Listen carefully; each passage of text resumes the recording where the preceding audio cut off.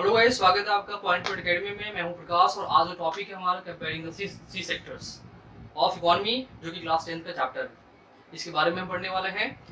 उससे पहले मैं लास्ट वीडियो में 2 क्वेश्चन दिया था, उस 2 क्वेश्चन के बारे में डिस्कशन कर देता हूं मैं।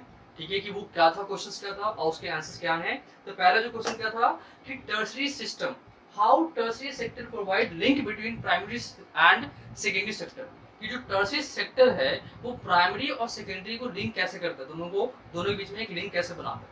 तो ऑब्वियस सी बात है, प्राइमरी जो है वो रॉ मटेरियल प्रोवाइड करता है, सेकेंडरी क्या है उस रॉ मटेरियल को कन्वर्ट करता है फिनिश प्रोडक्ट में।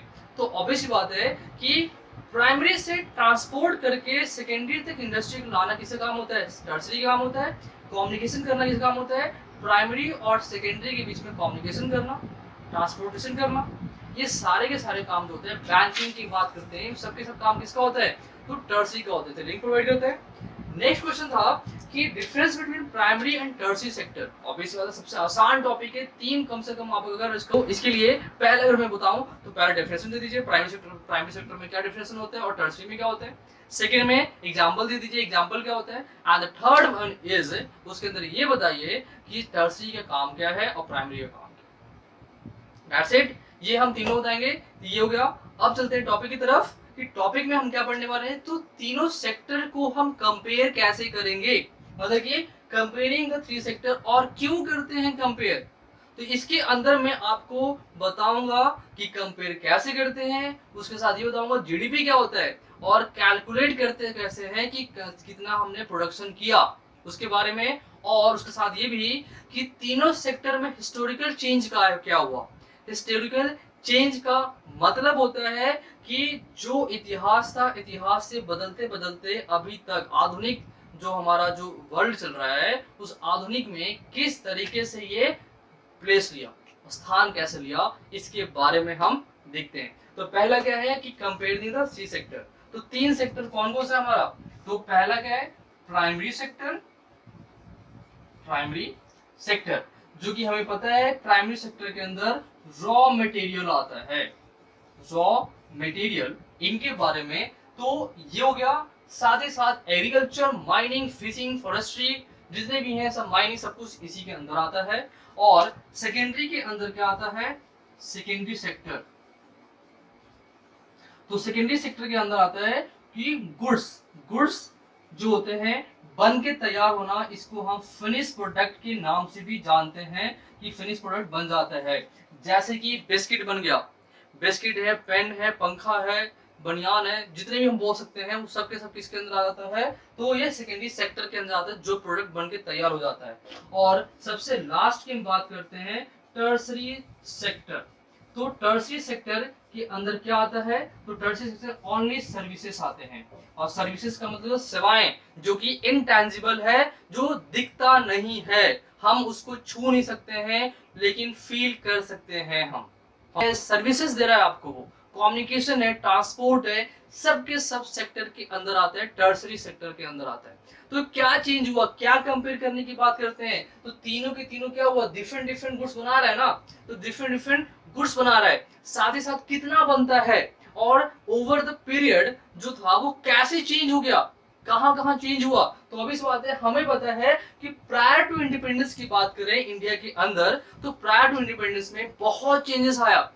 ऊपर से दिखाते हैं कि प्रायर टू इंडिपेंडेंस में पहले की बात कर रहे हैं, 70% people are involve people in agriculture. Involve कहां थे, एग्रीकल्चर में थे। इसका मतलब क्या हुआ, प्राइमरी सेक्टर। प्राइमरी सेक्टर में 70% काम करते थे, फिर भी हमारे यहाँ पे जो एग्रीकल्चर था बेकार था। सोचिए ऐसा। उसके साथ हम आते हैं सेकेंडरी सेक्टर में। सेकेंडरी सेक्टर में भी यहाँ पे 20% पीपल उस टाइम काम करते थे, और बाकी जो रेस्ट बच गया वो किसमें आता था, टर्सरी सेक्टर में। उस समय बहुत ही कम था, हमारे यहाँ पे मॉडर्न टेक्निक्स नहीं थे। हमारे पे पहला जो इंडस्ट्री खुला था, पता है आपको, जूट इंडस्ट्री था, 1877 में खुला था वहां पर हुगली नदी किनारे। तो वो जो इंडस्ट्री था वो ब्रिटिश जमाने में, और ब्रिटिश चाहते थे यहाँ पे कुछ ना हो, ऑब्वियस बात है। उस समय बहुत ही 1917 की बात करते हैं, सब रतन टाटा और टाटा बिरला जो ग्रुप थे वो सब खुले थे, वो सब सेकेंडरी इंडस्ट्री में आए थे। लेकिन यही सबसे चीज था कि जो शिफ्ट होना, चेंज हुआ, शुरू हुआ। तो कैसे हुआ इसके बारे में हम बात करते हैं। तो ऑब्वियस ही बात है, इसे देखने से पहले मैं बता दूं आपको कि प्रोडक्शन कैसे काउंट करते हैं। हर एक सेक्टर का। तो हाउ वी काउंट प्रोडक्शन, ये तो हो गया कि कौन कौन सा किसके अंदर आता है और क्या कितना कंपेयर था कि उस टाइम था। तो हम कैसे काउंट करते हैं, how we count production in sectors. हम सेक्टर में प्रोडक्शन कैसे काउंट करते हैं।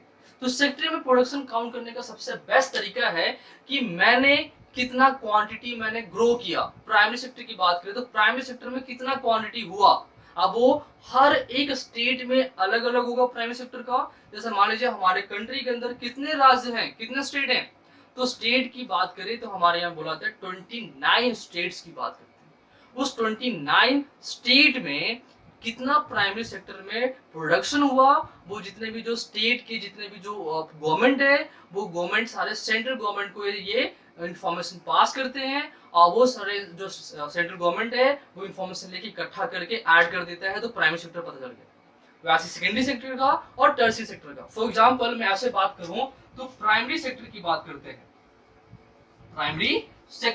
प्राइमरी सेक्टर में हर एक स्टेट की बात करते हैं तो मान लेते हैं कि 80 क्विंटल राइस जो है वो प्राइमरी में ग्रो हुआ, साथ ही साथ माइनिंग है वगैरह वगैरह इसमें अंदर आ गया।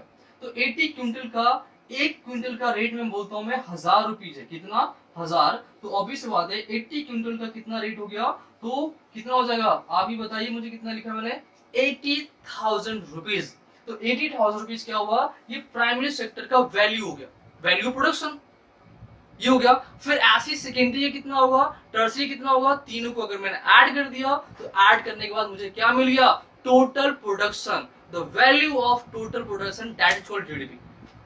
क्या, अगर मैंने यहां पे लिखा the value of total production, और दैट इज, मैं यहां पे ये शॉर्ट फॉर्म लिखता हूं मैं, that is called GDP. GDP का मतलब क्या होता है, ग्रॉस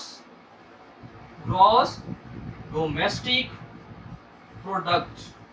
कि ग्रॉस डोमेस्टिक प्रोडक्ट होता है, मतलब ये कि एक कंट्री के अंदर, इंडिया के अंदर की बात करते हैं तो प्राइमरी सेकेंडरी टर्सरी में कितना कितना प्रोडक्शन हुआ, उन सभी को अगर मैंने ऐड कर दिया तो ऐड करके मुझे ये पता चल गया कि हमारे कंट्री के अंदर गुड्स एंड सर्विसेज का प्रोडक्शन कितना हुआ और उसकी वैल्यू क्या है। उसी वैल्यू को बोलते हैं हम ग्रॉस डोमेस्टिक प्रोडक्ट, जीडीपी जिसको हम बोलते हैं, उसकी बात करते हैं।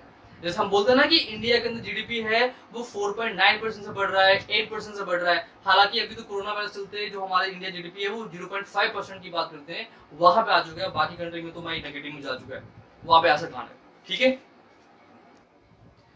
सो अब हम देखने वाले हैं कि हिस्टोरिकल चेंज इन सेक्टर्स में क्या है, इसी का टॉपिक है, कंपेयरिंग इन सेक्टर्स का ही टॉपिक है हमारा कि हिस्टोरिकल चेंज इन सेक्टर, कि सेक्टर में किस तरीके से चेंज हुआ। हिंदी में क्या बोलते हैं, ऐतिहासिक बदलाव, क्षेत्र में ऐतिहासिक बदलाव कैसे हुआ। तो तीनों क्षेत्र के ऐतिहासिक बदलाव के बारे में हम देखने वाले हैं। तो फर्स्ट ऑफ ऑल की बात करते हैं, जब हम 19 क्या क्या बोलते हैं, क्या देश आजाद कब आजाद हुआ था, आपको पता होगा, उसको बोलते हैं 1947, ऑब्वियस बात है। तो 1947 में जब देश आजाद हुआ तो उस समय की क्या चेंजेस था, तो ऑब्वियस बात है ये है प्राइमरी, पी फॉर प्राइमरी।